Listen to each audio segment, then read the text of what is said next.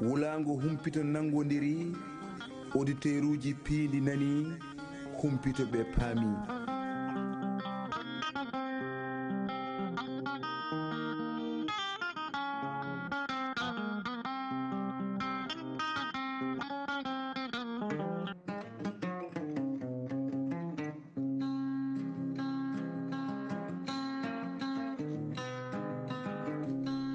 jam wale mon bandiraɓe musidɓe tedduɓe heeɗiɓe heɗotoɓe saktirde Piindi radio kala e jokkorde mon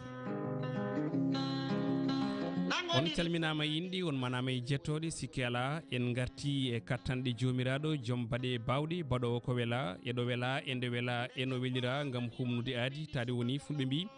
ko aadi bil aadi salade aadi ɓuuri firtude aadi aadi amene moon e kala subaka altini ha aljuma so waktu heedi ko himnude on nde yewtere wiitede olel Piindi subaka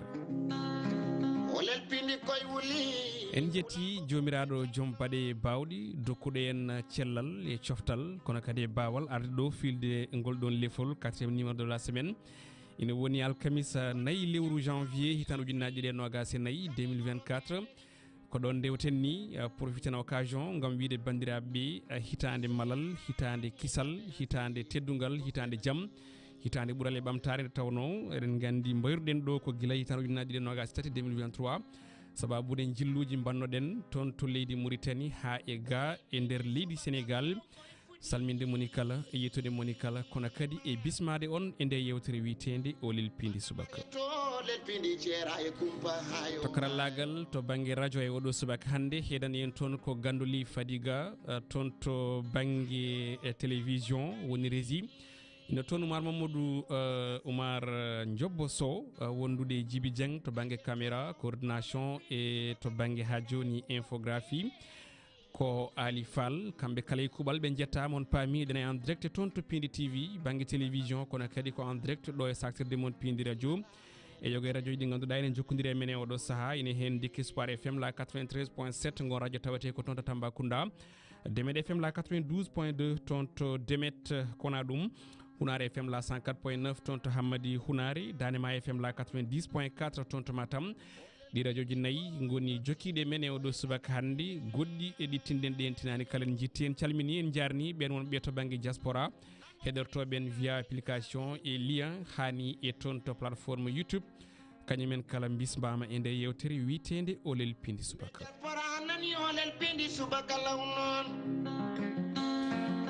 e ñalawma hande o naam en gondani ɗo e Lazaba Sar kono eɗen jogui koɗo ma en garama koko ɓoyata so Allahu lamɗo jaaɓi kono hade nden en garat ko yewti e lelgo woni programme yewtere men e oɗo ñalawma alkamisa 4 lewru janvier 2024 puɗɗortoɗen ko météo du jour kabruji weeyogo gumriɗi en toon to ANACIM agence nationale de l' aviation civile et de la météorologie du Sénégal ciral tammingal gueɗe weeyo leydi ndi caggal muɗum ma en natan ko wiite éphéméride du jour ko hakkillaji poti jaggude oɗo ñalawma 4 lewru janvier revue des titres hetta hen caggal ma en garno janiji leydi Sénégal dawri oɗo subaka olel diwan ko toon to Matam hono kala ñande manam ko alkamisa fonno wonde kono manam ko altine kono noon cikkuɗen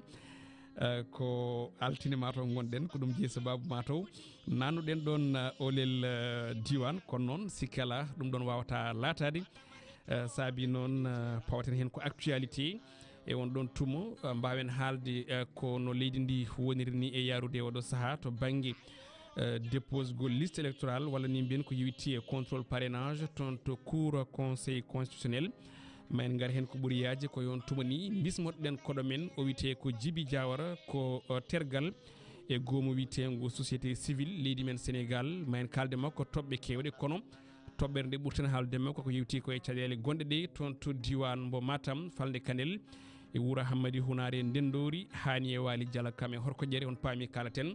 koko yewti e gonka Somiva phosphate gonɗo e asede toon e oɗo saaha kanko Djibi Diawara moɗo e plateau en dokkamo konngol salmodira e bandiraɓe Djibi Diawara assalamu aleykum matomi wiyama awu jaam. Assalamu aleykum Amadou Moussa an mi salminima mi juurimama mi salmini kadi auditeur uji Piindi TV e Piindi radio e wonde technicien ji gonnuɗo hande eɗen balle en kadi e banggue karallagal e ɓoggol he mi salmini kamɓe fof mi juuri mabɓe kadi mi salmini kadi sénégal naɓe fof ha wonɓe diaspora ɓe wiide ɓe kadi année 2024 yo wonen année ɓuural ɓamtare e jaam e leydi he amin ya rabbi mi wima awu jaam kono a jabtaki mala cikkatami nanta awu jaam tora mo wi cikkurami nanta sarkulle kaɗo ko moko jambarano tora sundanga voilà siki bandiraɓe men soninkoɓe beltima kono kadi nani gon salminago fattam lam yow en paami sabu Sénégal ko ɗum woni manam ko ɗum woni Sénégal leƴƴi ɗi kala ene nanodira kono kadi ne koddine guirtodiri ɗum noon kanko Djiby Diawara ko ɓiɗɗo Hammadi Hunare Nadio kono kadi ko tergal e fedde société civile no mbiɗen ni men gaare makko ko ɓoyata joni joni en puɗɗorto programme men météo du jour.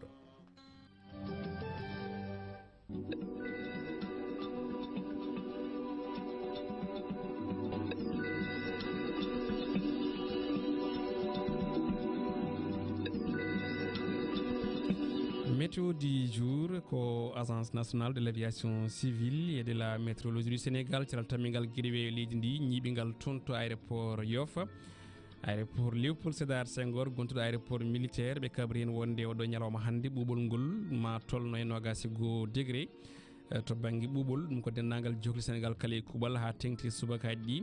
ɗi ko wona ɗum to banggue nguli e kine teske kadi ma nangue yaltu no fewi hakkude 37 e 4 degré ɗo e Dakar hani e dendagal guure goɗɗe e nder leydi ndi kala e kuuɓal puɗɗortoɗen ko ɗo e wuuro lamorgo ngo Dakar finɗo ko 21 degré maɓe ñaldu 28 Thiès e Tivaouane ɓen piniri ko 19 maɓe ñaldu 37 Mbour ko falde nder on diwan mbo Thiès fin toon ko 20 degré ɓe ñaldata ko 39 Saint-Louis du Sénégal Bango ha toon to Dagana ɓen piniri ko 19 ɓuɓol ɓe ñaldata ko 35 to banggue nguleki Podor ko falde nder on diwan mbo Saint-Louis fin toon ko 19 ɓenne ma ñaldu 37 kona ɗum toon to Louga ɓen piniri ko 18 to banggue ɓuɓol ɓe ñaldata ko 39 Linguére ɓen piniri ko 22 degré ɓe ñaldata ko 39 degré toon to Diourbel ɓen dawri hannde ko 21 degré maɓe ñaldu 40 toon e Diaye nokku ɓuuro wulde e ñallal ngal toon to Kaffrine ɓenne ko 17 piniri ene ɓuuɓi e subake kono ñalawma o ma wul ɓe ñaldata ko 41 Fatick fin toon ko 19 ɓenne ma ñaldu 40 degré Kaolack fin toon ko 20 degré ɓe kibori ñaldude ko 39 Tambacounda e Koumpentoum on nokku finiri ko 19 degré maɓe ñaldu 39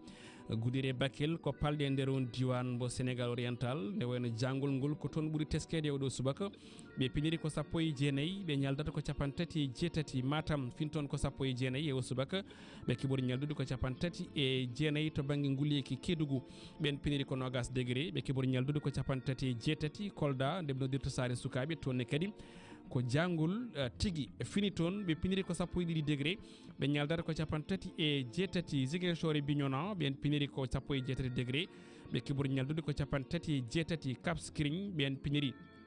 ko 17 degré ɓe kibori ñaldude ko 34 Sédhiou ko 14e dernier région du Sénégal ɓen piniri ko 19 degré ɓe kibori ñaldude ko 37 ko ɗum wonno ko ANACIM hemnuno ene oɗo subaka alkamisa nayi lewru janvier 2024 joni joni o paɗen koye éphéméride du jour.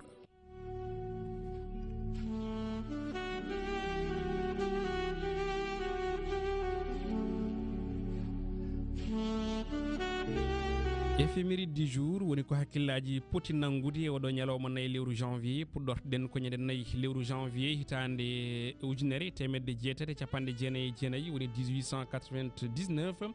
e on tuma hawri kombo ari toon to Saint-Louis du Sénégal on wiyete ko Almami Samori Touré tawini ko cohonoɗo tawi nangunoma ko ɓen leydi France mo wonno ni e lawol tawini ko nawede toon to dowla Gabon on ɗon noon mo ganduɗa ko l'empereur de Wassoulou noɓe noddirtamo empire historique ɗo e Afrique banggue hirnangue Afrique de l'Ouest kono kadi ko gorkajo mantinde no fewi toon to dowla Guinée wonno e Mali hani toon to leydi Côte d'Ivoire o nangono ko ñande 29 lewru septembre 1898 toon to nokku wiye hono Guélamou e nder leydi Côte d'Ivoire tawini nanguima ko capitaine Henri Gouron ko goto e capitaine uji laamu leydi français on ɗon tumom o hawre ladial komo jagga toon to Gabon walla e juuɗe leydi France naaɓe ñande ɗiɗi lewru juin 1900 woni tan ujunnaje ɗiɗi e woni tan ujunere temedde jeenayyi ñande nayi lewru janvier tan ujunere temedde jeenayi capanɗe jeeɗiɗi tati woni 1973 e on tuma hawri kene udditi ɗo e Dakar walla ne udditi omo ganduɗa kan woni chef d'état et on donne assemblée générale de l'association internationale des parlementaires en langue française woni AIPLF tawi ɗum ɗon noon ne wayno tan ardino ɗum ko Charles Helou on wonino hoorejo république Liban woni diwan leydi witende Liban tawi ni lomtimo ɗon ko Andri Boutson mo ganduɗa ko parlement belge walla parlementaire belge Javier Degnou secrétaire d'état française to banggue département et territorial nokku biteɗo hono d'outre-mer on ɗon ni ne wayno ɓamtiɗen ɗon golli wondemo secrétaire général on ɗon organisation mo kalɗen woni biteɗo AIPLF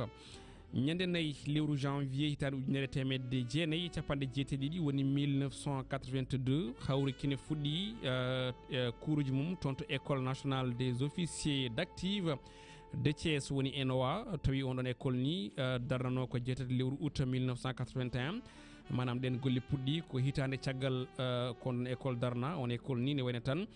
ko vocation régionale omo jogui mission principale heblude e kala duuɓi ɗiɗi officier ji ɗi ganduɗa ɗi ko active tawi ni para ko wiyete ko encadrement des formations des armées kono kadi gendarmerie wondude sapeur pompier ne wayno ni adino wonde première wadino wonde men directeur école on ɗon ko colonel Mouhamadou Keita ñande nayyi lewru janvier hitande ujunere temedde jeenayyi capanɗe jeettenayyi 1984 e on tuma hawri kadi kene darna on ɗon ordre des avocats du Sénégal tawi ni ɓen ɗon jogui ko personnalité civile kono kadi autonomie financière on ɗon ordre noon ne wayno tan orga yuɓɓini ko wiyete ko barreau institut manam tan faara ko wiyete ko ha joni ɓattiɓe on ɗon cour suprême e cour d'appel aji ɗi avocat ji noon ne wayno tan binditi ko ɗon barreau tawi ni fandare nde ha joni ko heblude ɓen ɗon to banggue ñawoje leydi Sénégal kono kadi to banggue gueɗe financiére on ɗon corps avocat ni ne wayno tan ina jeeya e ɓen ɗon ɓuuri wawde ƴettede tawi ko ɓadiɓe ko wiyete ko près de la cour d'appel du Sénégal ñande nayyi lewru janvier 2014 hitande ujunaje ɗiɗi e sappo e nayyi on tuma hawri koye ɗo assemblée constitutive ɗo e Dakar on ɗon parti politique guinniraɗo patriote africain du Sénégal pour le travail l'éthique et la fraternité woni PASTEF les patriotes tawi ni ardino on ɗon parti ko Ousmane Sonko mo duuɓi capannayyi on ɗon tuma ko inspecteur des impôts ene wayno ni kanko yaltuno 3e e on ɗon élection présidentielle du 24 février hitande ujunaje ɗiɗi e sappo e jeenayyi l'an 2019 tawi o dañno ko sappo e joyyi piccal capanɗe jeegom e jeeɗiɗi e kaltende no ƴettuɗa e on ɗon chiffrage exprimé o wonno ko caggal ɗi candidat ji woni horejo leydi jaltuɗo Macky Sall mo joom alliance pour la république dañnoɗo capanɗe joyyi jeetati piccal nogas e jeegom e kaltende no ƴettuɗa Idrissa Seck mo joom parti rewmi dañno ko nogas piccal capanɗe joyyi e goho ɗum saabi kanko Ousmane Sonko o woni 3e e ko yewti on ɗon élection présidentielle 2019 ñande nayyi lewru janvier hitande ujunaje ɗiɗi e sappo e nayyi l'an 2014 e on tuma hawri kay laamu leydi Sénégal ina nangui jofni on ɗon bateau gawannoɗo tawi jeeyi ɗum ko russe naɓe o wiyete ko Olel Naydenov tawi ni ko marine sénégalaise rewɗa ɗon on ɗon bateau noon heeɓi accitede ñande nogas ɗiɗi lewru janvier l'an 2014 nden hitande caggal nde ɓe jooɓi amande tolniɗo e capanɗe nayyi million e kalis meɗen CFA guddirten oɗo éphéméride du jour ko ñande nayyi lewru janvier l'an 2021 hitande ujunaje ɗiɗi nogas e goho rawande e on tuma hawri koye jaltugol aduna ɗo e Dakar omo yaranno e duuɓi capanɗe jeenayyi e goho o wiyete ko professeur Abdoulaye Bara Diop meɗen wonde directeur Lifan Cheikh Anta Diop wonno ko hitande ujunere temedde jeenayyi e capanɗe jeette jeegom 1986 ha 1995 kono kadi o wonino président commission scientifique des assises nationales 2008 ha 2009 kono kadi on ɗon commission nationale de réforme des institutions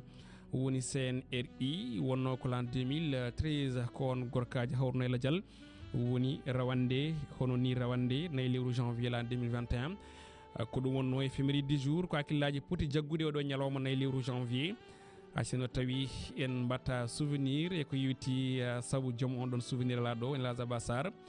manam en namdo tan invité meɗen hol souvenir mo jogni oɗo éphéméride du jour monsieur Diawara hol souvenir mo joguiɗa ko yetti waɗa éphéméride du jour? Souvenir mo jogui men ko création parti mo mbiɗa o passé de Ousmane Sonko. On souvenir mo jogui mi oɗo ñalawma 4 janvier 2024. Ko noon ɗum noon 2014 tigi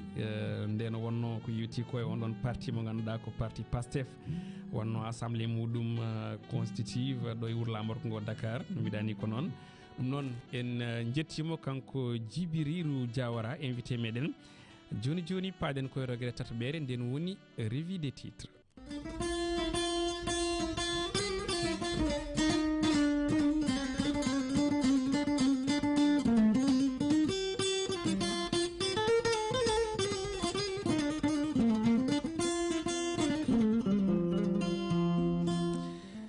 caggal nde 8h fayi hojomaji capanɗe nayyi jeegom ko ɗon natanten revue des titres ko sifa e kelle gadani jeyde leydi Sénégal e oɗo ñalawma hannde toon to Piindi TV kono kadi e saktirde moɗon Piindi radio revue des titres e oɗo ñalawma alkamisa nayi lewru janvier ne wayno ari koye toɓɓe certuɗi kono en ɓuuri hen mantinade kam ko fate banggue dawrugol haysono tawi ñawoje ne tawe hen coftal ɓalli ne tawe hen kono kadi ala haali sumgoji présidentiel 2024 fof ina tawe e nder jayde leydi Sénégal kanƴe kala ɗe goni sappo e goho puɗɗortoɗen ko jayde Sud Quotidien nden jayde oɗo subaka hannde ne wayno ari koye on ɗon audience on ɗon chambre premier chambre pénal e ko yetti toon to cour suprême ko fate banggue alhaali Prodac ɗum noddi hakkude Ousmane Sonko e Mame Mbaye Niang jaynenkoɓe binde gardinde bindol wonde ko Sonko croise les doigts manam Ousmane Sonko oɗo saha hannde nana haajodiri peɗeli no fewi sababu noon ne wayno so tawi nden ñawore wonno nde waya ina wawi tigui jibinande on ɗon maire mbo Ziguinchor caɗele mawɗe kono kadi élimination jawɗo ko yewti ko e ɗin sumgoji présidentiel tijjari ñande nogas lewru février e nde hitande 2024 jayde le Dakarois quotidien e o subaka kamne ari hen wi tan ko cour suprême alhaali Ousmane Sonko e Mame Mbaye Niang confirmation e ko yewitti e on ɗon fannu kono kadi janggo Ousmane Sonko jaynenkoɓe mbi nana tawe toon to chambre 1 mo cour suprême de Dakar hollirde wonde tan on ɗon maire mo Ziguinchor ha hande de ñawoji ina jokki tobde e dow hoore muɗum saabi jaynenkoɓe mbaɗi ko natal kanko Ousmane Sonko wondude on ɗon Mame Mbaye Niang jayde Dakar Presse e oɗo subaka kañumne yillima toon to cour conseil constitutionnel ɓe koliti wonde ɓe garti koye onon parrainage Habib Sy l'autre surprise de Sonko non jaynenkoɓe mbiri manam Habib Sy beele kañum wona kañum woni plan B kalteɗo wonande Ousmane Sonko kanko menero wonde hoorejo conférence des leaders de Yewwi Askan Wi ɓe mbitande ko yewti e dawal bitegal parrainage tawi waɗimo parrainé ni ko ɓen ɓe ganduɗa kañumen goni député ji Pastef toon to nokku biteɗo assemblée nationale kono ha ɗum jaynenkoɓe gaari e oɗon biteɗo Malick Gakou Ali Ngouille Ndiaye kañumen kala wondude Boun Abdoulaye Dione e o saaha goni koye en sursis hollirde wonde ɓen kala ma jaaha timmitina ko yewti e parrainage uji mumen sen jiiɗi mbiyen ɓe payi koye deuxiéme tour jayde le quotidien e o subaka ari e on ɗon plan B mo Ousmane Sonko ɓe mbi ko Habib Sy le cheval de Troie hollirde wonde tan ko waɗimo parrainé ko ɗin député ji patriote ɗi Pastef o holliti wonde noon o hunima manam mawo yaltu walla mawo accid on ɗon candidature makko so tawi candidature Ousmane Sonko waɗama validé ɗin konngol ɗine jaaji e hello jeenayyi e nder nden jayde witende quotidien le quotidien jayde besbi le jour e o subaka kamne ari e Habib Sy waɗi validé tawi ni rewɗa ɗon ko ɓen sappo tati député ji ɗi Ousmane Sonko toon to assemblée nationale mbaɗimo parrainé jaynenkoɓe mbi ko plan si complexe noon ɓe bindiri on ɗon jeu de mots ɗin ɗon sappo e tati député ji mbaɗimo parrainé kanko Habib Sy o waɗi validé o tawti Cheikh Tidiane Dièye Babacar Diop waɗama écarté e course présidentielle Boun Dionne wondude Ali Ngouille Ndiaye e Mamadou Lamine Diallo mo tekki jaynenkoɓe mbi koɓe cuwata o yaltude on ɗon auberge ɗin konnguɗi e on ɗon jeu de mots kalen tawi e nder hello mabɓe tati e nder nden jayde besbi le jour ko ɗon Walf Quotidien natiri dingral e oɗo saaha wi ko contrôle des parrainages ça sent le roussi pour des ténors hollirde wonde tan ko ina ƴaggani ɓe ganduɗa ɓe kañumen goni ɓeɓe ganduɗa ko gayi mawɗi to banggue dawrugol leydi ndi jaynenkoɓe mbi ko wona hen jawti kono wona hen e oɗo saaha hannde nelda ko deuxiéme tour yo timmitino e on ɗon parrainage kono kadi won hen e oɗo saaha hannde koko mbaɗa éliminé ko yetti ɗin sumgoji konngol ɗiɗi jaaji e hello tati e nder nden jayde witende Walf Quotidien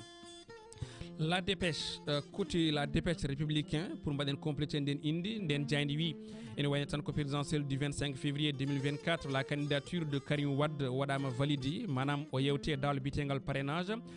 tengti Karim Wade ne wayne tan gondo exil ton to Qatar ma won candidat élection ngaji présidentielle du 25 février 2024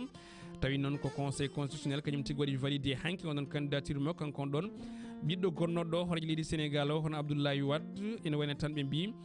ko yalti tigi e walla mbine o dadi e ko yiwte mayande makko to banggue dawrugol o do sa hande o yewte ngal dawal parrainage to banggue parlementaire kono kadi ko yiwti e din non sappo tati député ji wadbe mo parrainé ton to assemblée nationale jayde le point kamne o do subaka handi yilli ko ton to Matam diwan kodomen Djibril Diawara be mbi ko forte mobilisation don benno tawi woni ciagal mudum ko farbe ngom wondude ñom ganda kam woni ben don me ganda ko responsable uji hewbi hono Abdoulaye Sy Dage mbo ministre de la justice mbi ko Matam e do sa hande tan wadi sembe mudum ngam polga mudu baye sumgoji tijjadi di benno mo Matam e mbitande ha joni ko hiti walla hetti on mobilisation mudum kewdo ko fate bangi din sumgoji présidentiel 2024 par farbe ngom ina dusi dum wondude dendagal responsable uji kewdi ne hen Abdoulaye Sy Dage mo ministère de la justice kono kadi be mbadi sillonné manam be jirlimo dendagal gure Fouta kala e mbadi kubal ngenar ogo wurosogi boki jawi mbakna cilogn kono kadi e ngiji logn sadel nabbaji wuro witengo wudduru boynaji tayba e nabbaji kanyumen kala be mbitandi ko mbadi vivre manam dilli kono kadi dilli mo ganda kan woni hore jagorda Amadou Ba kono kadi candidat bon don coalition benno bok yakara jayde l'express quotidien wadi ko natal mawlindi Macky Sall arti din sumgoji présidentiel 2024 hanki boto jagorde tonto gale lamargo to hore leydi ndi wi yiddi mudum tan ko yodin sumgoji ndewne e lawol laba labta kono kadi Sénégal nabe kala jito hen koye mumen ko don réuni o eri dendangal den jagorde ganda ko tambibe fannom nde burata wadde dole sembe kala ha din sumgoji kala jubba ndewa e lawol kono kadi jaada e jamanu jayde les échos ari ko titre didi kono cubiden haalde ko titre goto nde ari ko sport révélation mbo modulo kanko haalde demgal makko wi wadi saha nde hebloto on don combat hakkude makko e Boynia 2 ombo heddo balde sappo wadde entraîné manam heblude bandu makko tonto Lagrose tawi on dien balde sappo kala warta galle makko wona bi ko wona cuddido makko hay goto e besku makko mo yiyata den balde sappo kala e on tuma non jaynen ko be mbi defte kongudi makko kanko do yi wonde Boynia 2 ko suka ina wawi tigi ha joni artude ko buri yawde yaccade jokka carrière mudum to bangi lamba kona dum jane ko be ngerti din sanction ngaji di CNG de lutte fawi do mabbe Boynia 2 kanyum wasi ko tolni walla ko buri million ngaji de ko preji CFA to bangi amande kanko modulo le kharagne de Parcelles Assainies be mbitande ko wasi ko tolni e million pawdo capande jeetati ujunere ko preji CFA to bangi sanction ngaji on don CNG de lutte wadi dum ko yiwiti e dow koye mabbe guddirten ko jayde stade quotidien nden jayde ari koye football woni to bangi fukkoyngel so on jidi be ngari koye kongude mo ganda kam tigi woni Ismaïla Sarr attaquant de Lyon tawi non koni heddi balde jeenayi on don coupe d'Afrique des nations de football be dekk kongol on mo ganda kam woni attaquant bo Olympique de Marseille kono kadi équipe nationale du Sénégal Ismaïla Sarr wi ko hande be buri tidde ko hande be buri forde no wiide kongude makko kono kadi e wiide makko ne wayno ko coupe d'Afrique fofen kobe favori wona tan le defta ginnade ngoni favori kono kay kala jaton din 24 nation kala ko favori Ismaïla Sarr non holiti wondi e be jogi sukabe on don sélection tawi waddum encadré ko ben don mobe cadre équipe nationale du Sénégal donc non Sénégal ne jogi ambition ne jogi dole e mbawka kala wawde tigi atirdo on don coupe kona dum jane ko be mbi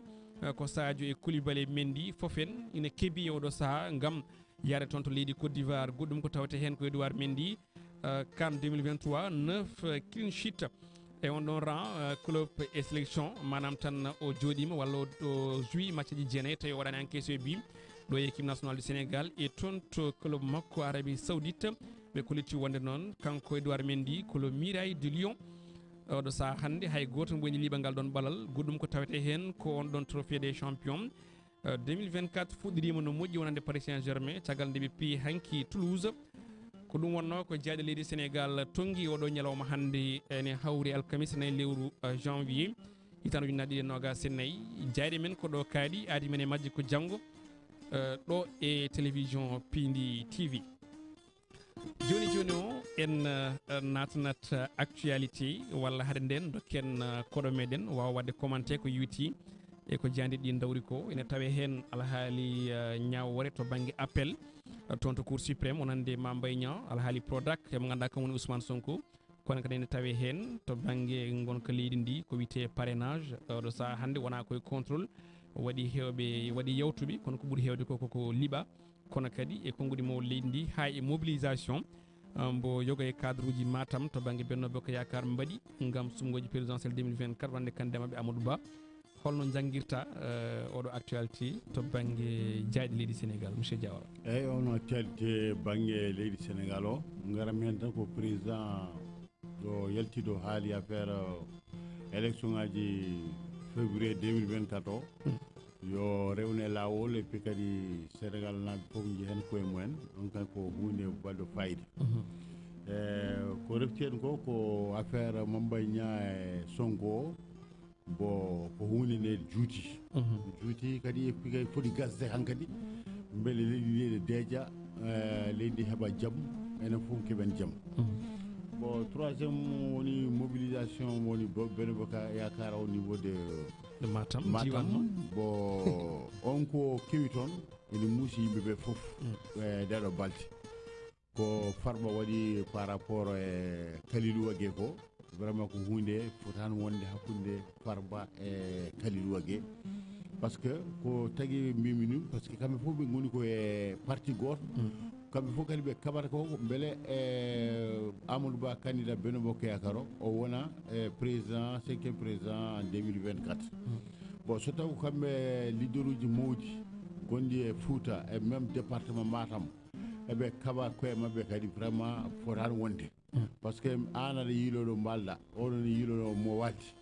so guddugol huuɓe suudu uddu suudu forani rendindeɓe donc ko on président foti addude kadi bon est ce que wona guerre de positionnement no mbiratni to banggue parti au pouvoir à chaque fois ko guerre de positionnement aɗa andi guila makki laabi 2012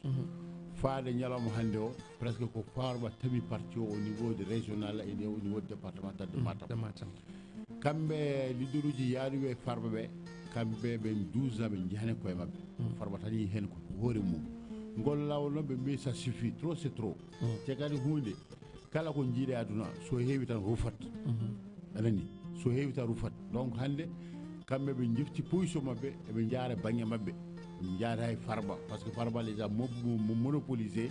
ene waɗa ko weela ene waɗa kadi ko yiɗi te kadi hay goto haalta hen président gonɗo poɗɗo haalde hen haalta hen ɗum wona lawol comme citoyen comme tous les citoyens du Sénégal so waɗi hunde kono wona lawol yo waɗe sanctionné kono ne continue wadde tan ko gafuji babbe gueɗe cofde vraiment moƴƴani quoi ene bonna ko heewi e nder région e nder département o tigui golle ma jooɗi peewi Djibril Diawara ko invité men manam ko koɗo meɗen e oɗo subaka hannde ma en garama ko ɓoyata caggal actualité kono hade nden e mbaɗat tour toon to plateforme YouTube télévision en direct won kollirɗo wonde won probléme son joga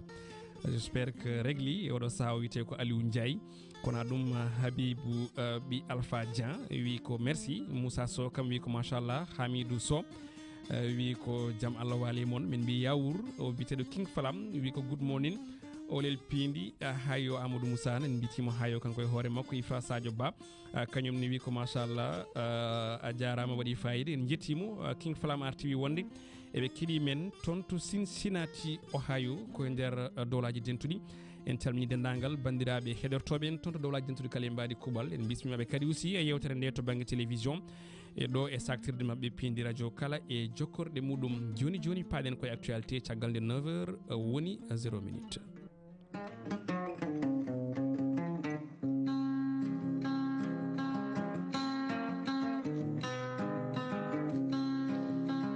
Olel Piindi koy loti ɗo e Dakar jeeyo nangodiri funange irnangere woy worgon Actualité du jour en kaali e nder kabaruji walla jaani ɗi gartini hen ko yewti ko e on ɗon acte mataw 3 hakkunde Ousmane Sonko e Mame Mbaye Niang ko yewti on ɗon alhaali Prodac ko ñawore ɗaɓɓande ko wiyete en appel toon to cour suprême de Dakar ko hande tigui ɗum uddita toon to salle premier walla chambre premier so tawi en jokkiti inde nde e ɗum ɗon noon so tawi woodi ko tengtina e ñawore nde ene gasa on ɗon Ousmane Sonko no ñawore ndi wiiri woda ko bonnanimo e ɗin sumgoji tijjaɗi manam bonnatɗama o ha laaɓa ceer so tawi kadi woodi no ñawore nde wati ne gasa ɓuura artude ko yetti ko e on ɗon course présidentielle 2024 ko wona ɗum on course présidentielle 2024 kam ɓuuri wonde actualité oɗo subaka hande nde tawno jandeji ɗi kala kono kadi presse en ligne foof en garti hen e oɗo subaka kabri wonde ko fate banggue parrainage e oɗo saaha hande ɗeɓi waɗe tan comme no abattoir wonande yoga e parti ji woni tan nokku kirsirɗo sa ƴeewi ko fate banggue jawɗi no mbiten ɗum manam tan parti ji kewɗi oɗo saaha nana liiɓe ene caama yoga e ardiɓe coalition ngaji e parti ji kono kadi e yaaɓe to banggue indépendant koye mumen hande o mbaɗama invalidé ko ɓuuri hen ko hewde jahani ko yetti koye guel ɗon kawguel sababu ko wasi timminde parrainage ɓe hen ko banggue kele USB moƴƴani won hen ko wasi ƴinde ko wiyete ko caution saabi noon hewɓe eɓen candidat ji capanɗe jeenayyo e tato nana camira tato nayo joyo jeegoma ha jiiɗi ɗo rien que hanki fodde candidat ji nogas kañumen goni ko waɗno contrôlé kono ko yewti hen ko ɓuurani ɗiɗi sappo e jeetati ɗi kala won hen koko mbiya yo gaddoy timmitina on ɗon parrainage heddiɓe koko mbaɗa éliminé d'office saabi noon hande o kadi gaymoɗi ma nat to banggue on ɗon contrôle parrainage ma en dañ occasion artude hen e kabaruji meɗen paaɗi arde so Allahu lamɗo jaaɓi Ali Ngouille Ndiaye ne wayno kañum waɗi admis deuxiéme tour Thionia on ɗon jeune mo ganduɗa ko jeune sénégalais gonnoɗo toon to dowlaji dentuɗi arti gam jeeri ɗin sumgoji kañum kam waɗama recalé e oɗo saaha sababude wasi timminde parrainage mo ganduɗa ko professeur Marito Niane nan wona balɗe tati ko waɗa invalidé to banggue on ɗon candidature makko ɗo adana ɗo jaaɓino o yetti militant ji makko kono noon kanko professeur o arti o windi conseil constitutionnel holiti wonde o jaɓata on ɗon décision saabu won jumre won hen manam tan o déposi ko wiyete ko hono réclamation kanko professeur Marito Niane Malick Gakou yawti second tour o yaari ko capanɗe nayyi ujunere parrain baɗɗo validé kono o wiyama wonde yo timmitinoy ko yewti ko ngakkirima ko ɗo e 48 heures Habib Sy kañum ne yewti on ɗon parrainage tawi koye ballal député ji ɗi Pastef holiti wonde noon so tawi candidature Ousmane Sonko yewti ko baɗowo retiré waɗɗum soutenir so tawi noon on ɗon yewtani kanko wona tigui candidat o jokka golle makko Ibrahima walla El Hadji Ibrahima Sall kañum ne waɗama invalidé tawi sababu o noon ko surplus woni ɓurtugol kono kadi doublon ko fati banggue ɓen ɗon parrain ɓe o ɗaɓɓoyno ko ɗum ɗo wonno actualité e oɗo ñalawma hande walla hade nden actualité sportive alay saago kalen hen nde tawno ko balɗe jeenayyi heddiɗo e puɗɗogol coupe d'Afrique des nations de football Côte d'Ivoire 2023 peto 2024 ñande sappo e tati lewru janvier nangui sappo e goho lewru février e nde hitande d' ailleurs radio Piindi radio inchallahu rabbi ma wat no wowi wadde kala e saaha guila e ouverture ha final ko yuti e pottude Sénégal hani e match ouverture hakkude Côte d'Ivoire e dowle Guinée Bissau foof ma en mbaɗ ɗum commenté en direct yadude hen e desk sport goɗɗum ko garten on ɗon kan ko préparation woni ɗo oɗo saaha noon ko yimɓe ɗi tan manqui on ɗon appel e on ɗon 4e séance baɗɗo hanki à huis clos toon to annexe Abdoulaye Wade mo jaam ñaajo ɓen ɗon ɗiɗo kala noon ina hen gañiɓe e goto mo arani hollirde wonde kadi Sadio Mané tawtata ko ɗum hanki yaade toon to Bambali gam uddidde on ɗon terrain mo ganduɗa ko terrain gazon synthétique ɗon ɗo fetanno e ɓakke o arti hande o waɗaniɓe gazon synthétique mo ganduɗa ko jadɗo e jamanu kanko Sadio Mané ni o ƴetti toon discours pattam lamijo e yesso ɓesgu makko kanko Sadio Mané ni so tawi koto banggue actualité goɗɗo en keeɓi kabaru wonde aset paaɗo o omo jogori wadde dewgal ɗo e wuuro lamorko ngo Dakar on ɗon noon eɗen mbawi wiide ɓoyata joni certes e gandoli saabu ɓoyata o natta wonde surga musidɓe tedduɓe ko ɗum ɗo wonno actualité oɗo subaka hande joni o paɗen koye rubrique invité koɗo men e oɗo ñalawma hande ko Djibril Diawara joni koye makko paɗen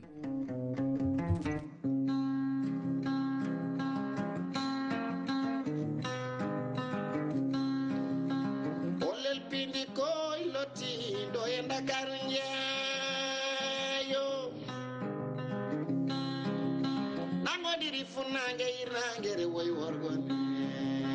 9h fawi hojomaji joyi ɗo e saktirde moɗon Piindi radio ko on waktu yoni e dendagal caktirde ceŋiɗe men e oɗo subaka handi woni jekki Espoir FM Tamba Demed FM Demet Hunar FM Hammadi Hunare ko noon kadi Danima FM toon to Matam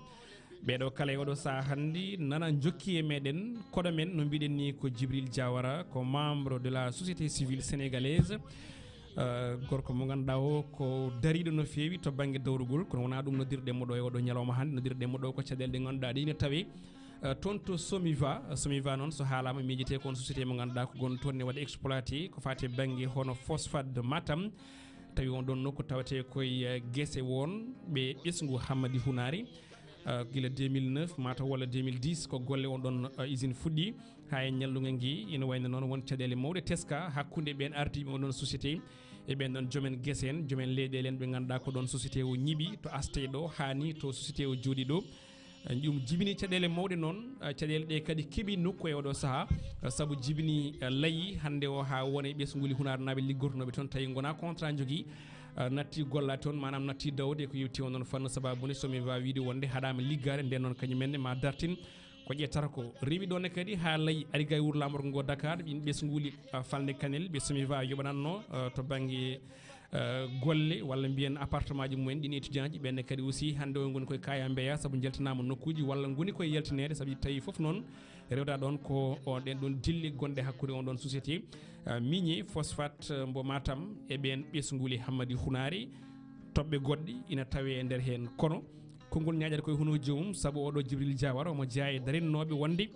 yo société o rewno gueɗɗe lawol hokka damorde ko wiyete indemnisation ɓen joomen leyɗele saabi ɓe darni commission mo ganduɗa ko guure kewɗe e jiimi ɗum ma en gar hen ko ɓoyata kanko woni invité men e oɗo ñalawma hande gam haaldude e meɗen polémique autour ɗeɗen caɗele ɗe ganduɗa ɗe ine tawi hakkude somiva e ɓesguli joomen leyɗele en toon to Hammadi Hunare ndendori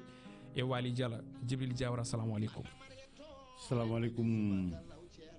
Amadou Moussa Anne mi salminima kadi gongol weltanmama kadi ha woni gongal gonga ko kalla ɗo ko affaire polémique gonɗo hakkude somiva e guure ɗe ko hunde ne ɓooyi hankadi te kadi caɗele ɗe ko somiva wiyata ko wona ɗum woodi toon par ce que gila adana seɗen kaalen fof ha laaɓa tigi ko ɗum saabi d' ailleurs min nodduma ɗo gam laɓɓinde gueɗɗe ha laaɓa ceer auditeur uji mbawa famde ko kewi toon ko e population Sénégal anda kadi holko wone dow mum banggal somiva to hakkude Hunare ndendori Horkojere commune tagdi phosphate o ko matière mo ganduɗa ene nafa ko heewi ene fewna ko heewi Allah addi noon ngalu ngu noon e nder constitution Sénégal sa ndaari article 25 alinéa 1 wi ko les ressources naturelles appartiennent au peuple. C'est ça. Donc bari constitution haali ɗum wiide kala ngalu jalto e leydi ko ɓiɓɓe leydi jeeyi beele minen fuutankoɓe minen wonɓe e zone Matam o beele enen jeeyaka e on peuple biyeteɗo ɗum ko toɓɓere goto. Deuxièmement guesse ɗe kodi demetedi guesse ɗe gila phosphate arani minen toon min ndemanno toon min gaynanno toon min gubbanno toon min tenanno. C'est ça.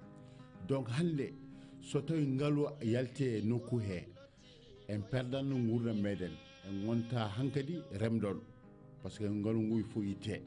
ngalu ngu so yitte noon alay sago bari ko remoɓe gonno ɗon ene ndemano ene nguranno ɗon e jawlede kadi ene nguranno ɗon alay sago kadi il faut ɓe mbaɗe compensation on compensation noon gila départ waɗi faussé parce que kono min ñewi ko dédommagement au préalable avant l'exploitation. C'est-à-dire pour waɗɗum e pulaar bon c'est-à-dire ko ari golle ɗe ne puɗɗo fonno wondene ko joomen leyɗele ɓe dokke damorde mumen voilà haade golle ɗe fuɗɗade haade golle ɗe fuɗɗade te ɗum waɗani e premier départ waɗi cowuji par ce que on saha pinal ala hakkunde c'est-à-dire pinal ala population ala on pinal holko yittere ɗon leydi ne ɓoftene nawe tan ɓe ganda holko woni bo nde minen noon haareji kewɗi mbaɗama caggal amen Allah woni noon min nde garmi nde gommi kongo nde garmi nde taw min noon vraiment ɗum ko caɗele bima la so fu ko dum régler so dum régler ka ene jarri min fof mi kabama hen mi ciogama hen mi piyama hen c'est ça halla wadi min nawama ha tribunal Matam min mbadi défendre cause mo mi gone do mumo min jalti min garti nde min continue combat o halla wadi tournée économique président de la République 2021 nde oritonde o min kollimo doléance uji meɗen min kollimo cerele gonɗo e exploitation minière o parce que ko hunde fotata wonde o wi vraiment ko kalɗon ko ne woti mi jaɓata vraiment ngalu yalta e diwan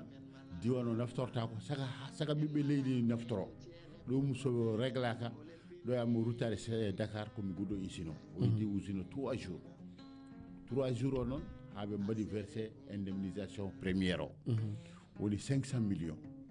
500 millions tawi ji ɗum ko jomen leyɗele joom leyɗe ɗon saha ko hunare e nden ɗon pecci on kalis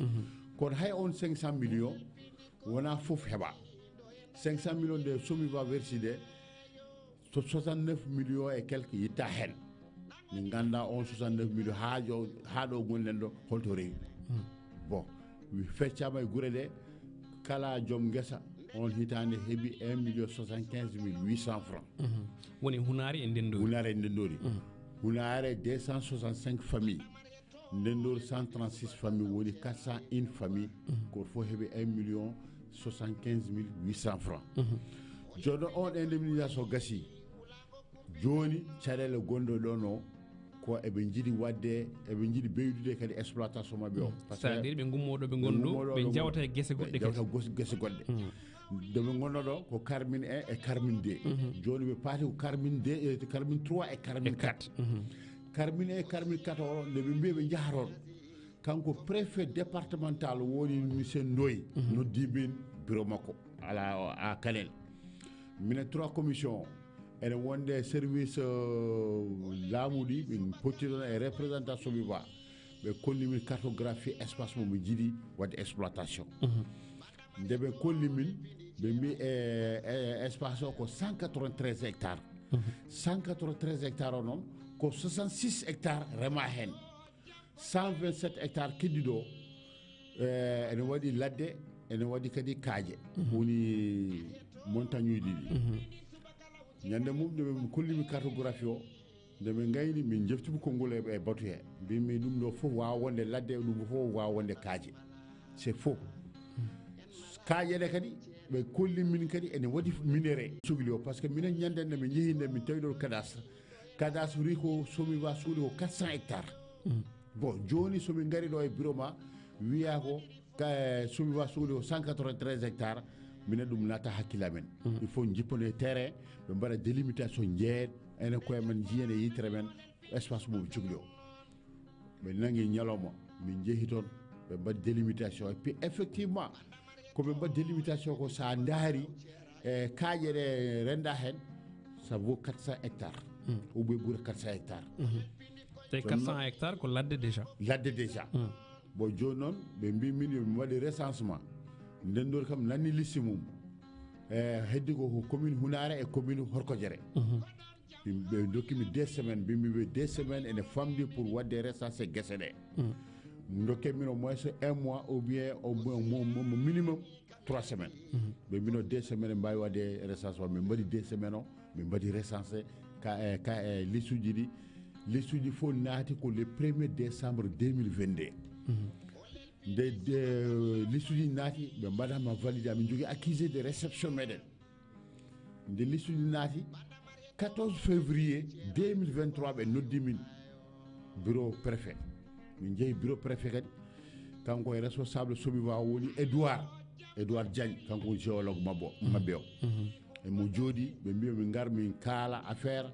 jobdi damorjo nokku o jonno ɓe mbi service agriculture wi hectare yowete ko 5 millions par hectare min mbi ɗum ni famdi min par ce que liste naatɗo pour 3 communes ko 1804 personnes et puis 1804 personnes o je précise mi waɗa ɗum préciser kadi ha yimɓe ɓe ganda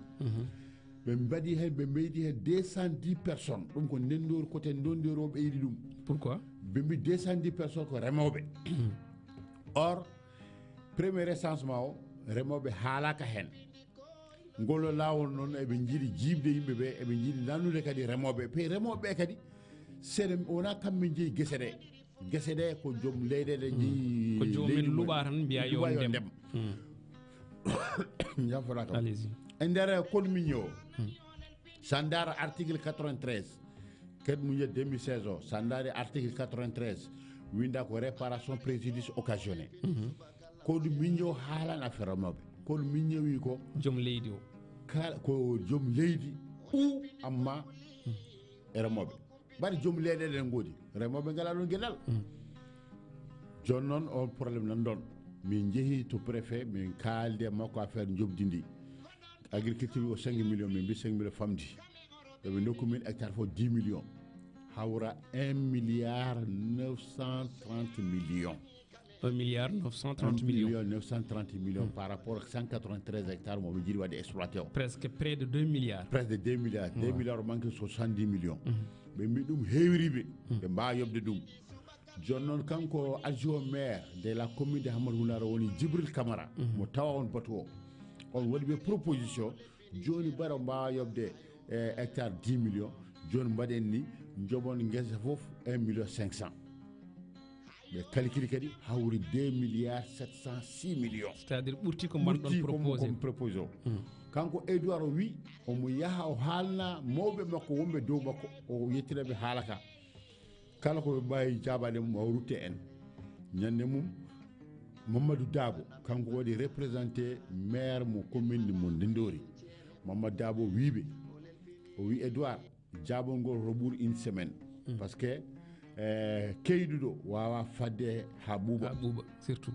min jooɗi gila 14 février ha le 28 avril ñande mum ko aljuma wonno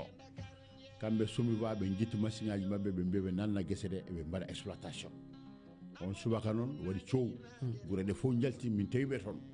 min mbiya alay sago ɓe machine aji yo jaltu kanko Anthony gonɗo directeur des opérations gonɗo Hamadou Hounare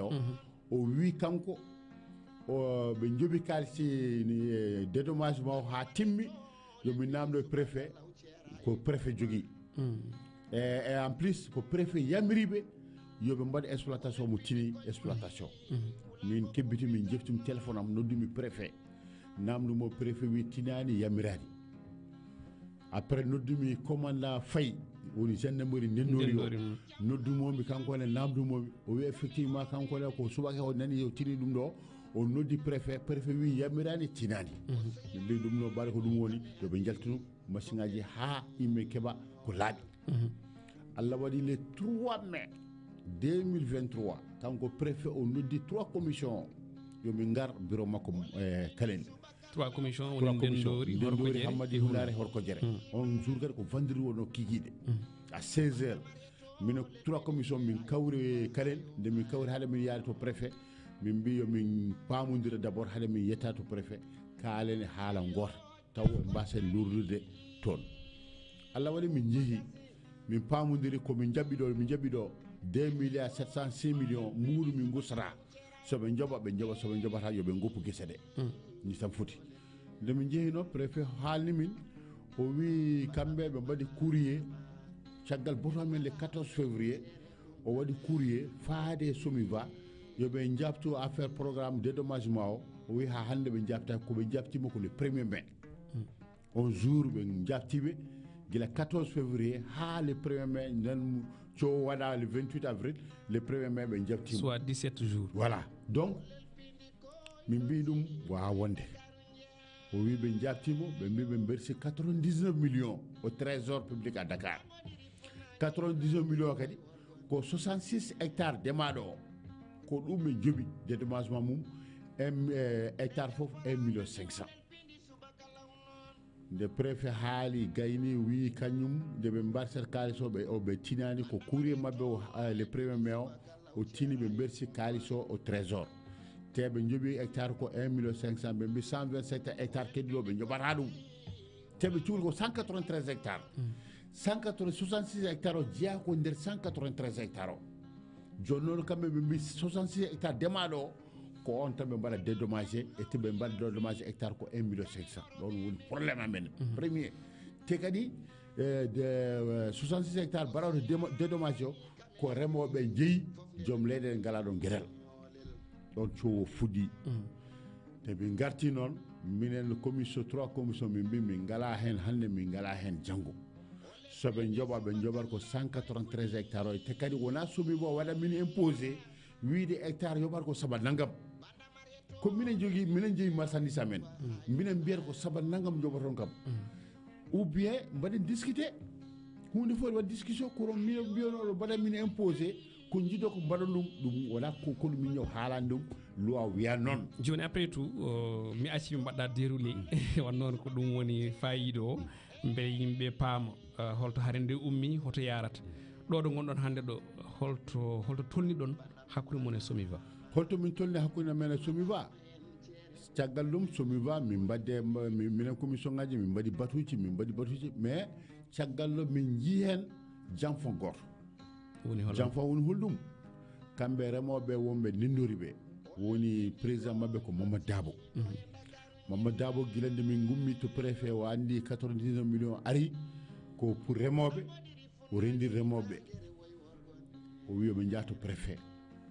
kalis mabɓe ari kamɓe jeeyi o ummi noon sans avertir la commission parce que commission 3 commune o ko enen ndendi combat o kono kamɓe ɓe mbaɗi janfa kanko Mamadou Dabo e remoɓe ɓe jeeyi to préfet premier jour nde ɓe jeeyi to préfet ɓe tawno préfet ɓe teɗu ko adjoint makko o ɓe kalnimo haala ka ɓe jeehi deuxiéme fois ɓe garti ɓe tawi ɗon préfet ɓe jooɗe préfet ɓe mbi kamɓe remoɓe ɓari 99 millions ari ko pour remoɓe kamɓe ɓe pelliti jeftude kalis o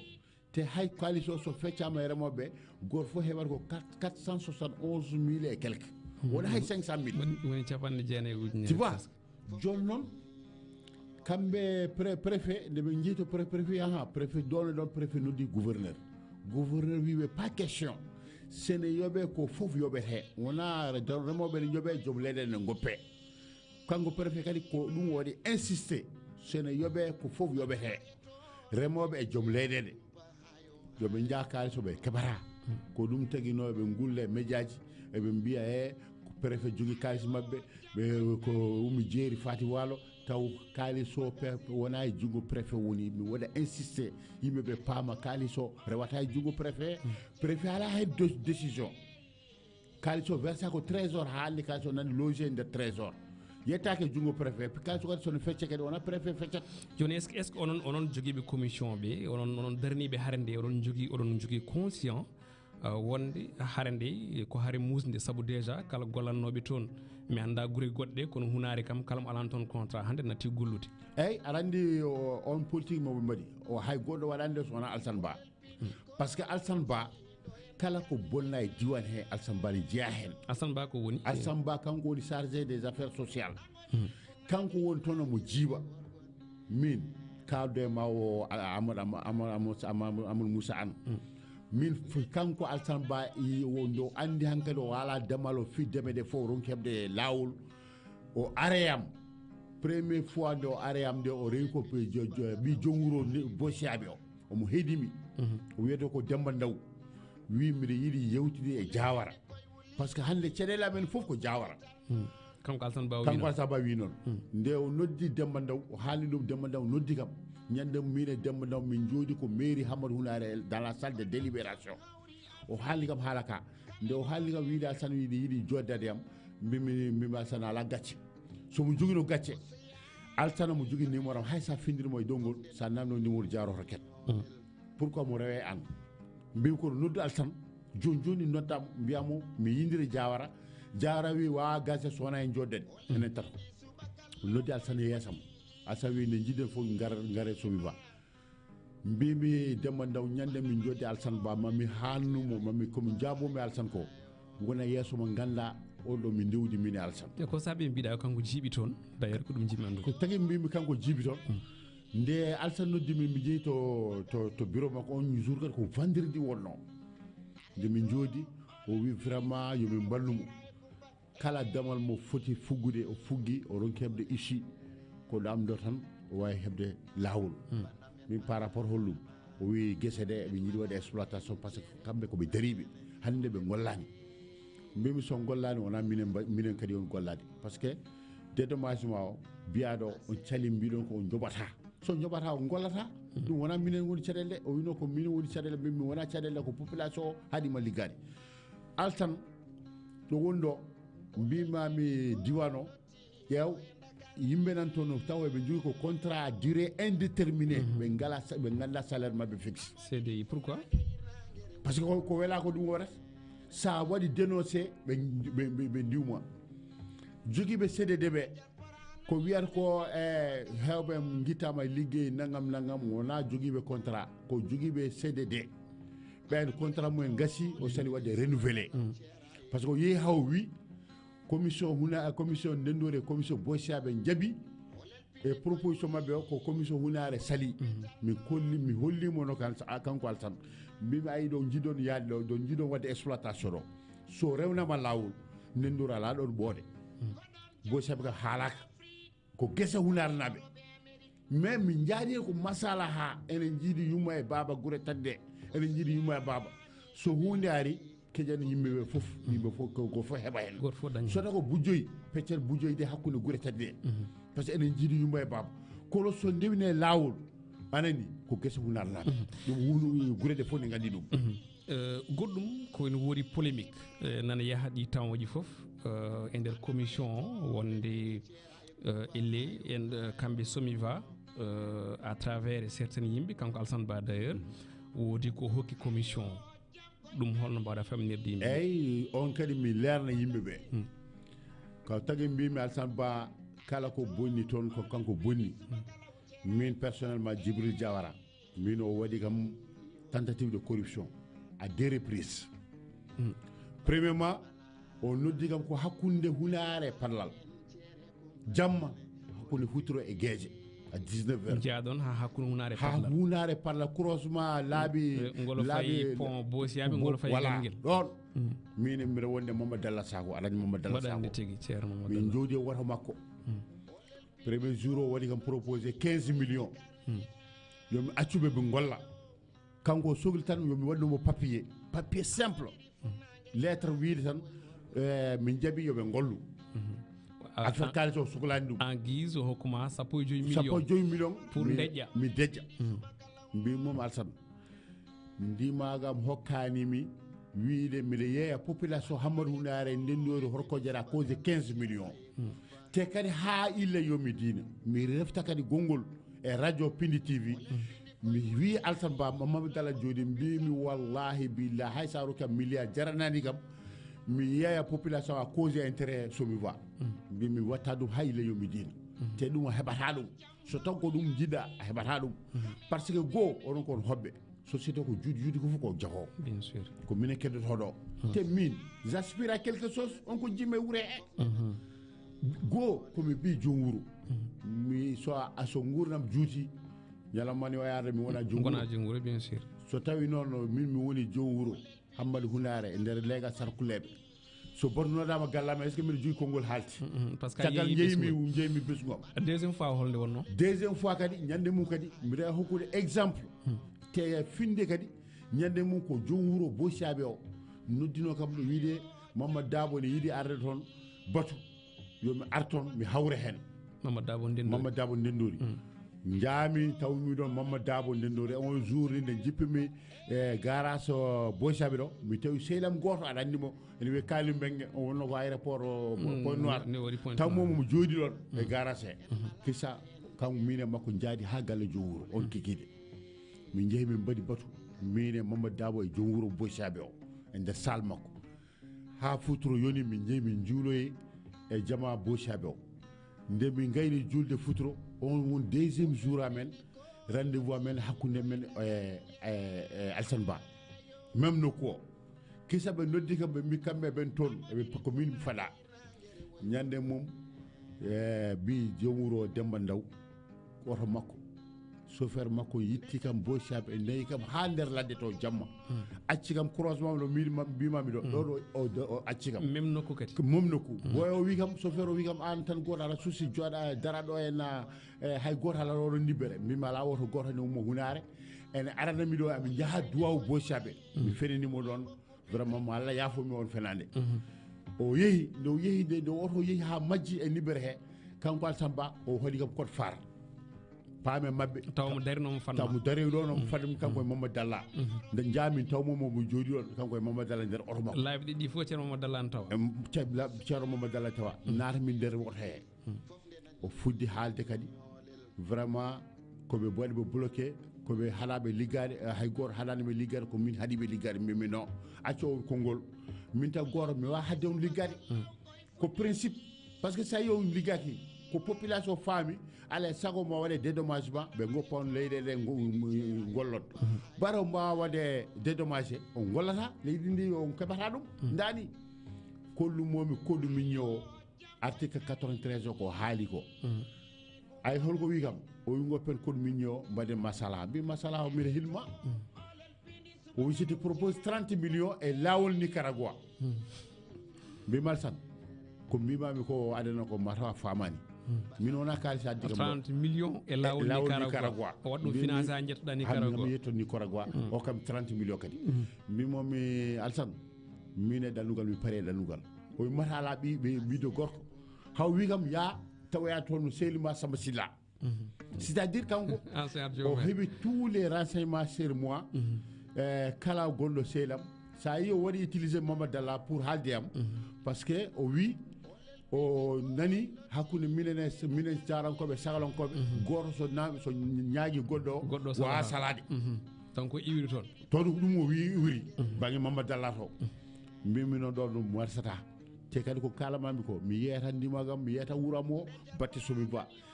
jardanadi kam mbiɗa yeeya hunare impossible hayla yomi dina ko ɗin laabi ɗiɗi nde min tampuɓe Alsane Ba mbimi sarkule Mamadou Dalla mbimi wimo amin jaha mi mbaɗa réfléchir haalɗumi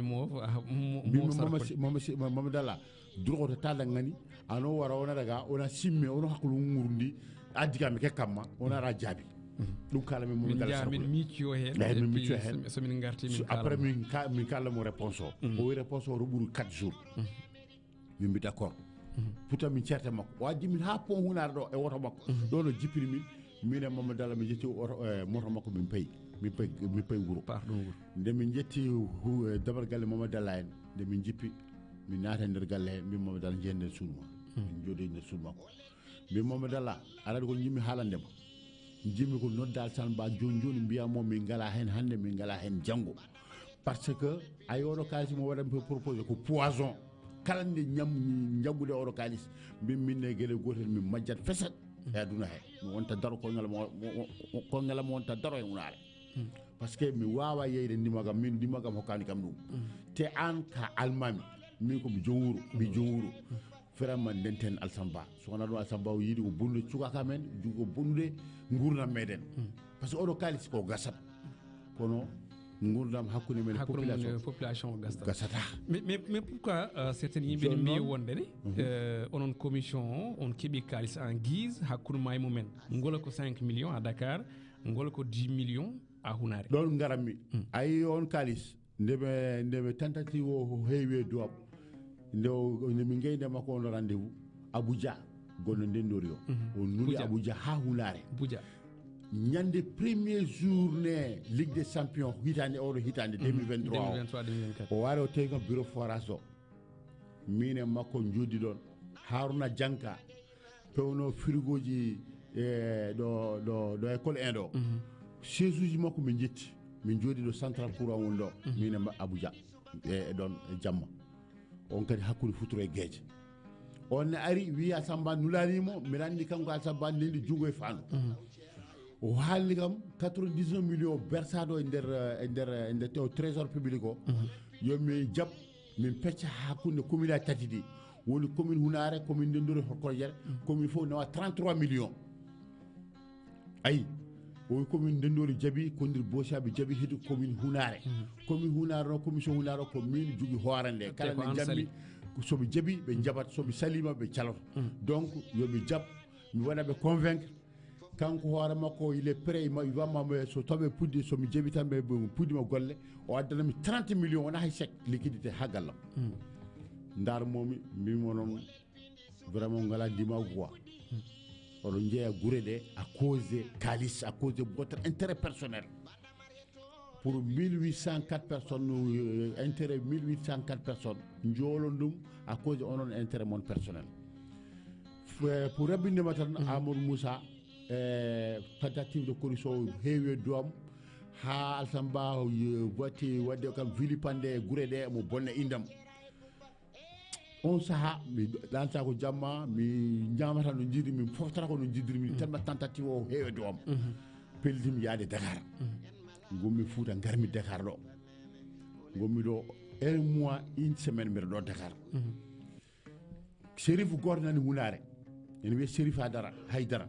on ne kadi noddi kam ɗo téléphone pour wadde kam tentative de corruption taw rewri koye juuɗe Alsan Ba ha gandumi kankone position makko caggal mum so noddi kam mi natti jewtere téléphone makko ha waɗi kam audio ji tati audio ji ɗen ɗo sa yiiɗi mi roya hettannema audio ji ɗi anani waɗa mi menace kadi après nde o wandi mi liiri audio ji ɗi o noddi kam e numéro 76 numéro mo mi anda jettumi o jour kadi nde kaldami makko ɗo Dakar momo dallana jooɗi mi dugde makko kala haalaji bonno mi haalnimo anani momo dalla wiya kam holmo lugdata mi ko Chérif joguiɗen jusqu'au 3 minutes voilà joni noon gaynimi ɗon kadi kanko Alsan Ba o jetti sukaɓe hunaranaɓe woni serpent noir woni Ama Semme e Ama Bayla sukaɓe woɓɓe o waɗiɓe corrompe o luyniɓe auto o luyniɓe sonorisation o hokkiɓe enveloppe kalis yoɓe jaa e gure ɗe wuuro he ɓe bonna innam wiide ko jaami Dakar ko somi wa hokkam 500 000 francs dogmin jaami Dakar e chaque lewru kadi somi waɗi hokkam 500 000 francs pour commission donc ɓe mbaɗi ɗum meeting ha école ɗo hunare école e hunare ɗo anani hawru ngo fottindum woɓɓe noddi kam ɗo ene namdom est ce que ko gonga ɓe ɓe gaddu preuve ala caggal ɗum nde donki ɗum o waɗi monté kadi suka goɗɗo ene wiye Hamidel Ndiaye noddi kam ɗo ko jamma on jamma o noddi kam o wiyami Diawara o min calmodir ha Sali Diofi o wi kam Diawara vraiment hakkude mon somi holto jarton hunde nde juuti sukaɓe meɗen enen guitte liggey étudiant men nan Dakar somi wawi ko yoɓata location ma par ce que liggey o ko darti ko hunare commission hunare dartini liggey o holto jarton e somi wa kala mo situation ko non kala mamini ha gassi kanko Hamidel Ndiaye o wi joni onon mbaɗe feere joddone somi wa kaldon ɓe goppa on ko ɓe goppat onon goppa ɗum kawrede hakkude beele solution ne heeɓo mbimi kala solution mo min joguino minen min gayni min ngala solution o wi kanko mo jogui solution pour mbiyele min joddo e somi wa mi wala probléme kala ɗo toɓo wummi yo yuusu bara jogono solution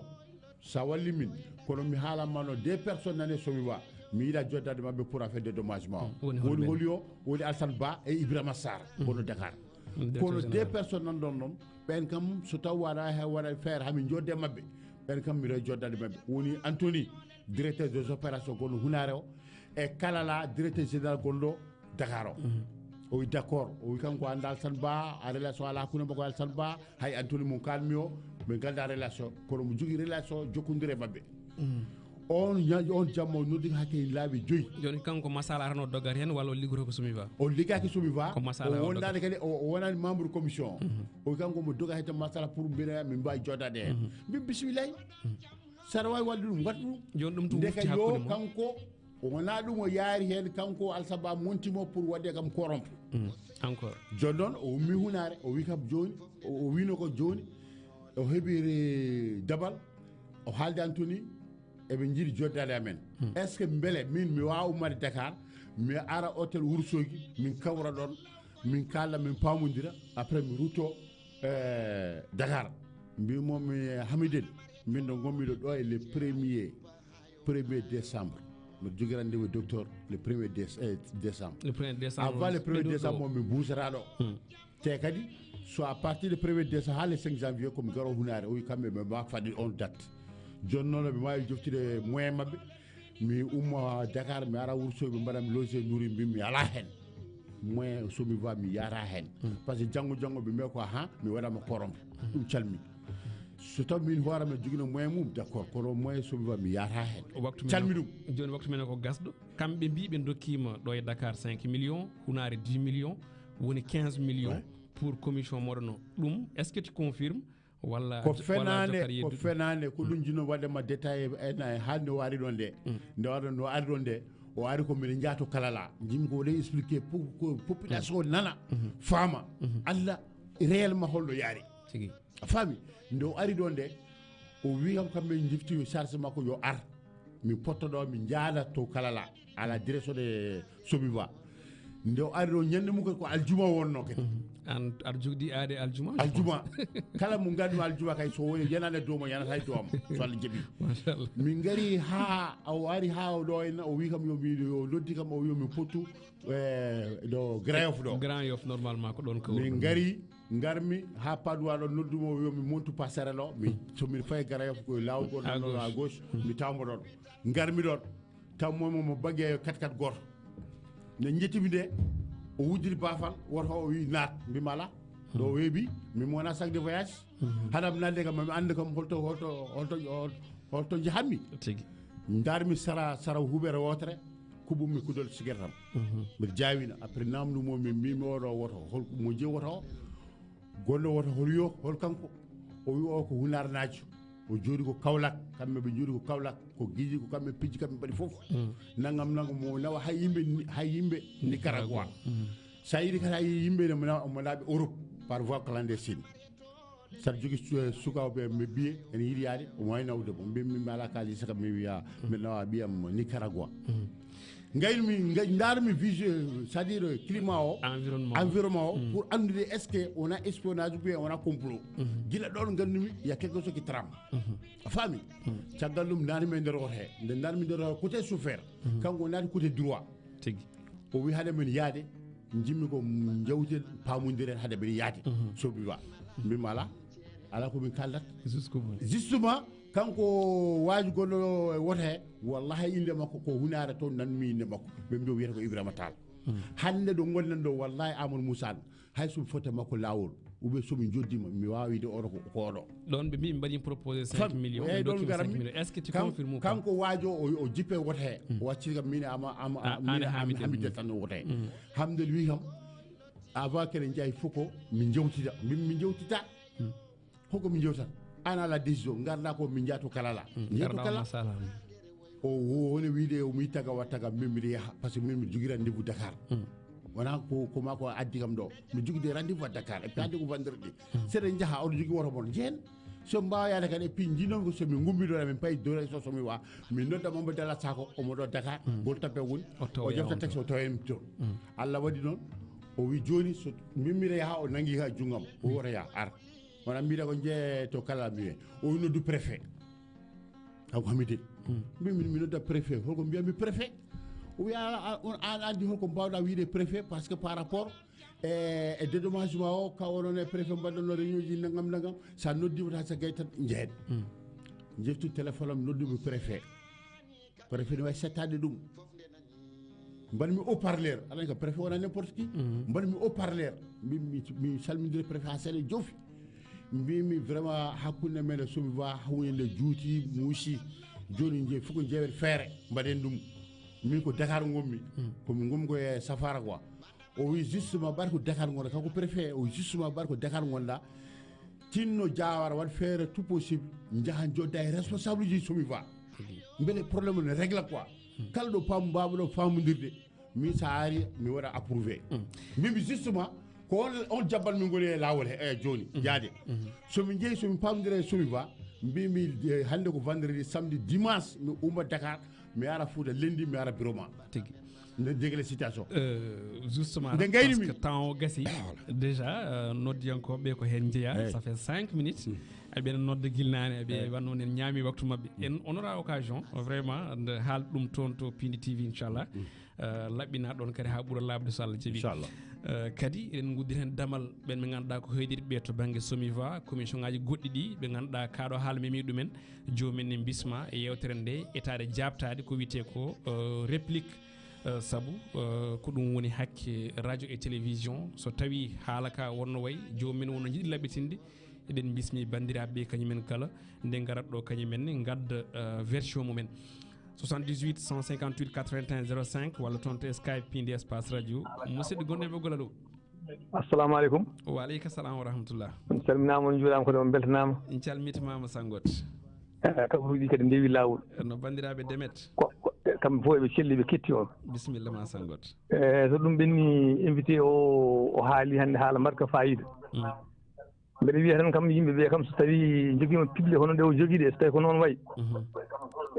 ko heewi kam funtata en ɗo e ɗeɗo leyɗele men dokɗe ɗo ɗe ko woni funnaani ko meɗen ko ɗum tan fayi ga ɗum noon ngannduɗaa hoorema yimɓe yo tiidde koye mumen tan ngannduɗaa hoorema no tiiɗiɗaa hoore makko ni so yimɓe mbayi noon affaire ɗuɗi hay dara perdata eeyi ɗum noon ko weltaare tan e weltanaade mo kanko ɓe wiya tan yo jokku tan tinnaade kanko ne jarama no feewi e weltanimama eyi ɗum noon musidɗo meɗen kadi muuɗo gaako on woni koto ɓoggee o wiyomo heɗo radio ngo omo salmini on jarama merci calminima no feewi dendagal ɓoggee naaɓe kala e mbaadi kuuɓal toon to leydi Mauritanie 78 153 81 05 Piindi espace radio musidɗo toon to Skype bisimilla allo allo bisimilla ma sohna Oumou Thiam jawwale moon awale jaam Thiam yan koye dinɗa yewnama koye arte jaam wallahi min ɓuuri mi arte jaam ko mawɗum Thiam yana jaam gaccuɗa cuuɗi ma jaam bola machallah Thiam salminama calmini koɗo ma kadi beltinima ɗum mi hokkumama calmotiron en calmini technicien o jarama eyyi min kam namdo laɓe makko mari hokkede kalis o tan ñaama kadi ɗum ne waɗi gartama e ɓesguji ɗi min kam yiyandam hen ɓe ponno ko darade yo ɓesguji mabɓe ɗi pormé pour liggo hen kadi ɓe mbaɗa feere ɓe daña hôpital par ce que affaire o ne waɗi poussiére o moƴƴani ɓuri tan hokkede commission ngaji ɓe mbiye ñaami to jamfaji ga en namine ɓe mbaɗe corrompiji o ɗumen par ce que tan kam haala makko kam ko so Allah ko neɗɗo nunduɗo ɓayri kam ko waɗa ɗo fof jaɓani beele ɗum ne waɗi gartam tan e ɓesguji ɗi par ce que kalis o ɓe sa hokkama hay soko 5 millions diwot ha lebbi tati aɗa andi kalis e meɗen duppet tan joni ñaama gayna tan kadi jooɗoɗa kadi garta to gonnuɗa est ce que so ɓesguji pormé pour liggo hen daña kadi so dañi gartire ɓesguji ɗi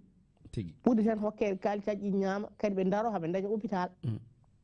pour ɓe ɓesguji mabɓe ɗi cafro en par ce que affaire o ne waɗi poussiére o moƴƴani kal cuhlel jibinagel toon sa arena e dañat probléme poofaali ɗum ɗon wonno e tan namdalam ɗum ɗon calminama so ɗo perguide kadi mi ñaguimi yaafo hakki ala sohna Oumou Thiam toon to leydi France en beltanimomo namdal ngal ne gaso taw o hokkima arto hen 78 153 81 05 musidɗo bisimilla allo allo bisimilla ma musidɗo a yettima assalamu aleykum wa aleyka salam wa rahmatullah to noddora musidɗo har law noddanma inde yettode Hamadi Diop bisimilla ma Diop seydi an bisimilla Allah jarama ladde jarama amamo sa an min jewninoma no fewi seydi an min ɓuuri wallahi yo Allah joni balde moƴƴude batta sa yiten waɗo yolde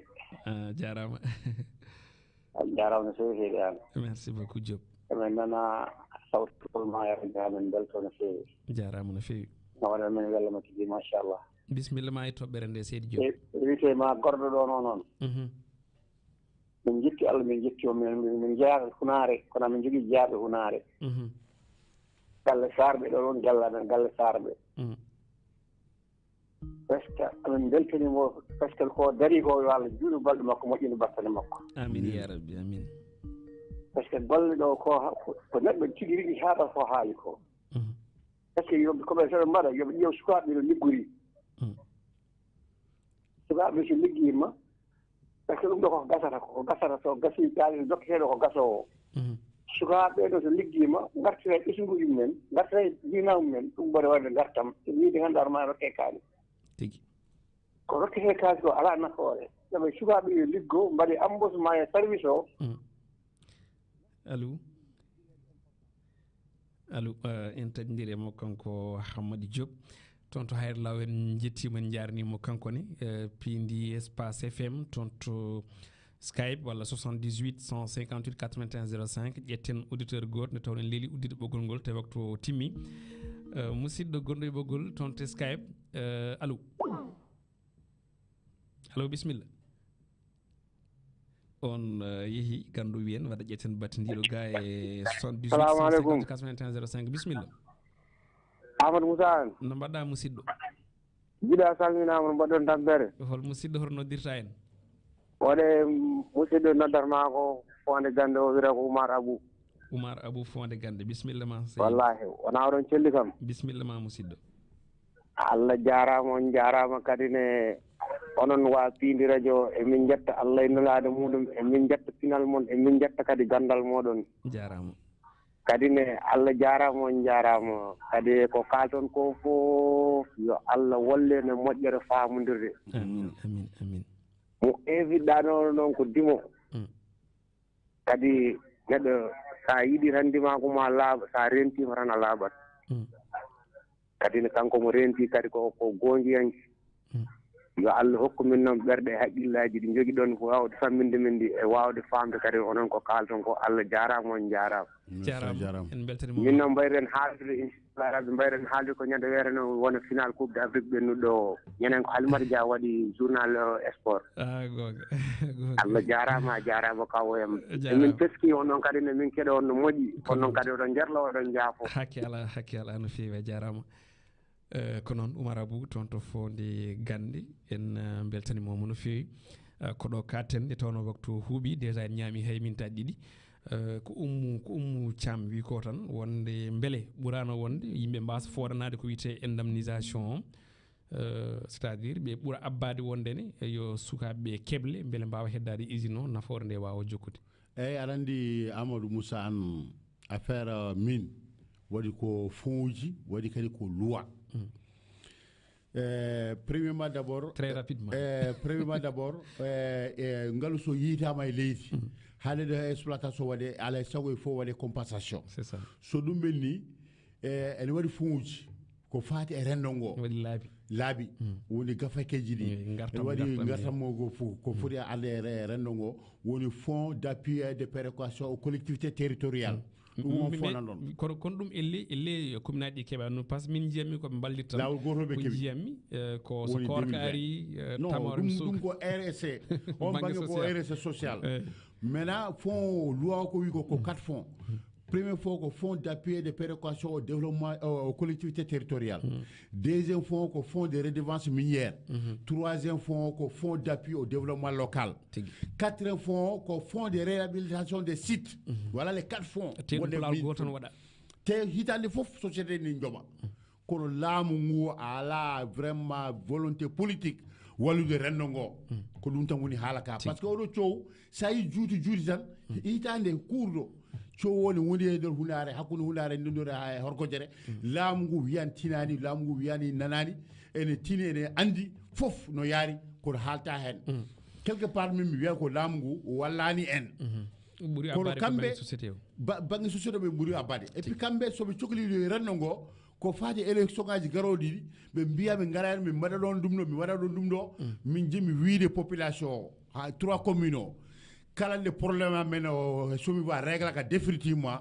yoɓe gandu kam min gotata hay goto tigui hay campagne wattake toon ɗum ko erango min mbaɗi chef de l' état président de la république Macky Sall e garant de la constitution sénégalaise a jarama Diawara a jarama no fewi en beltanimomo kanko Djibril Diawara membre mbo société civile sénégalaise kanko wonno koɗo men e oɗo subaka hannde haalde ko yiwte caɗele somiva société minier mo ganduɗa ne tawi toon to diwan o Matam caɗele gonɗe hen ɗe kala en paami hay so tawi ko heewi wonko heddino kono noon en dokkodiri bandiraɓe aadi toon to Piindi TV yewtere men Kuccam yewtere nde ganduɗa ne yalta kala e saaha ma en bismomo toon ɓuurani yaññade kadi ko yewti e alhaali ɗeɗo caɗele ɗe ganduɗa ne lombi hakkude mabɓe e on ɗon société minier mbo phosphate woni somiva en jetti dennagal radio ji jekkodirɗe men e oɗo saaha haralle men jettama gandoli to banggue radio Djiby Dieng caméra to banggue télévision Oumar Diobbo Sow toon to régie to banggue coordination e to banggue